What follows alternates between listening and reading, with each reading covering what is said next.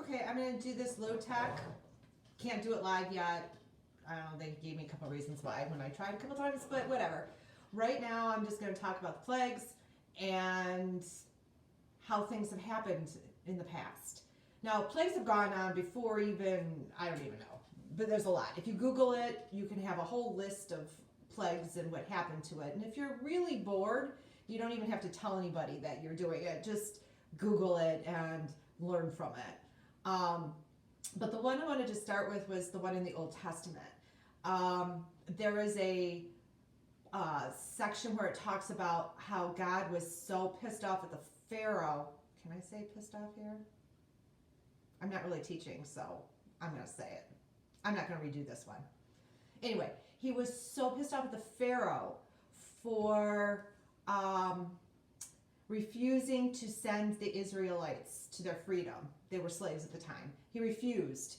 And as a result, God imposed this plague. There's 10 different ones. There was the plague of blood. There was a plague of boils. It goes on and on and on.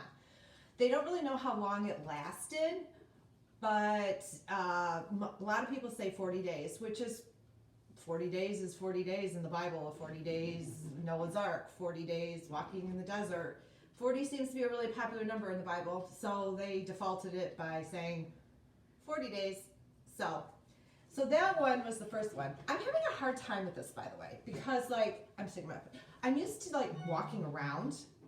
That's the teacher, so if you hear the beeps. I'm used to walking around, so sitting kind of knocks me off my flow. I don't know.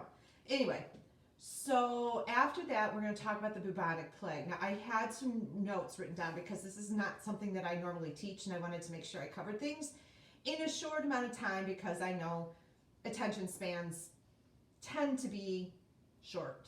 So, here we go. The bubonic plague was in the 14th century, which is the 1300s. It started in the East, just like ours did, the coronavirus.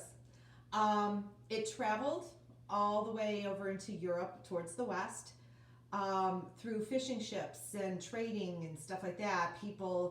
It started to snowball into some serious stuff. In fact, it said that there were 75 to 200 million people that died. They said that sometimes there were so many dead, there wasn't enough living to bury them. The corpses were just rotting in the streets, and it was a terrible smell. It got so bad that France and England, who, as you all know, fight all the time, maybe not now, but back then it did. So they actually gave up a battle. They talked to each other and said, look, we can't kill each other because too many of our guys are dying. So let's get healthy before we do that again. It's made sense back then, I guess. So they actually stopped the battle to try to deal with these plagues. How long were they? It varies back and forth. I mean, over time. It was over a long period of time. One of the reasons why is because they didn't know what the cause was. It turned out to be a oriental rat flea that took over, and it transmitted to humans, and that's how they got it. So quarantines were started back then. Milan, Italy was very hard hit, just like now. But every demographic was hit on this one. You know, in ours, it's like, oh, watch the elderly, watch the people that have weakened immune systems. But back then, you could be the richest guy in the entire country, or you could be the guy that's underneath the bridge living, you know, by scraps, and you were just as susceptible. It crossed all ages, all socioeconomic backgrounds. It was a equal opportunity disease, and it wiped out 30 to 60% of the population. That's crazy. Once they figured out what was causing it, they would isolate communities just like they're doing now to try to prevent the spread. Killed all the rats, you know, did that kind of stuff to try to curb this plague that was happening. The other one I wanted to talk about was the one from the early 1900s, 1917, 1918, 1919. See, here I am antsy again. The Spanish flu. The Spanish flu actually started in Kansas. that did travel over to Europe and so on, and they said it pretty much ended in 1919. So like 2 full years of this flu was happening. 100 million plus people died, and at that point it was 3% of the world's population.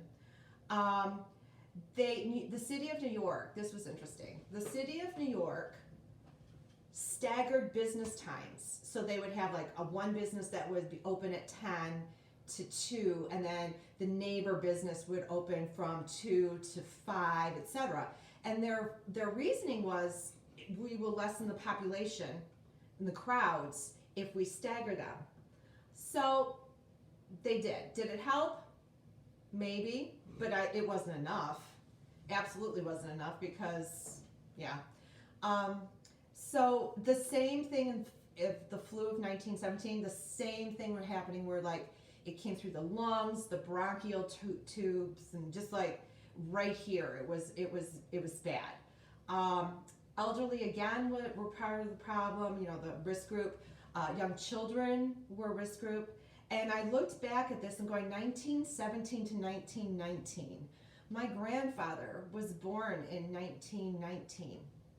And I'm thinking to myself, that must have been really hard for my great-grandmother to be pregnant with all of these deaths going around. I can't even imagine that kind of fear that they had and what they went through.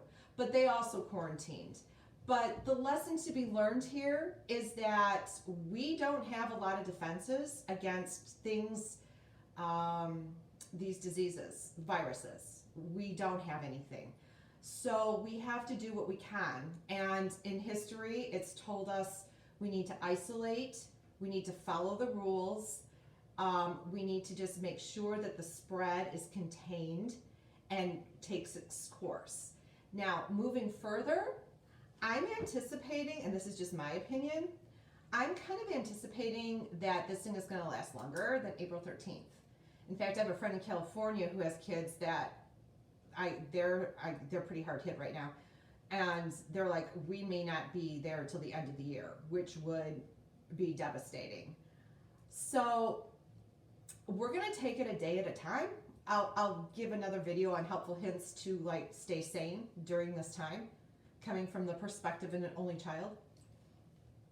I got some skills on that apparently. Anyway, have a good day. Your response has been amazing. I appreciate everybody who's watching and listening.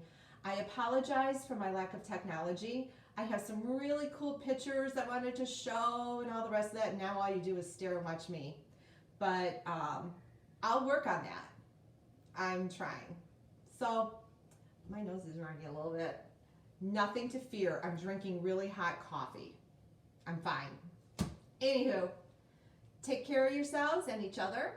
I will throw another YouTube video in a few minutes about how to handle this and how to make it actually to your advantage. Can that actually happen? Yeah, it can. So I'll talk to you soon. Thanks, guys.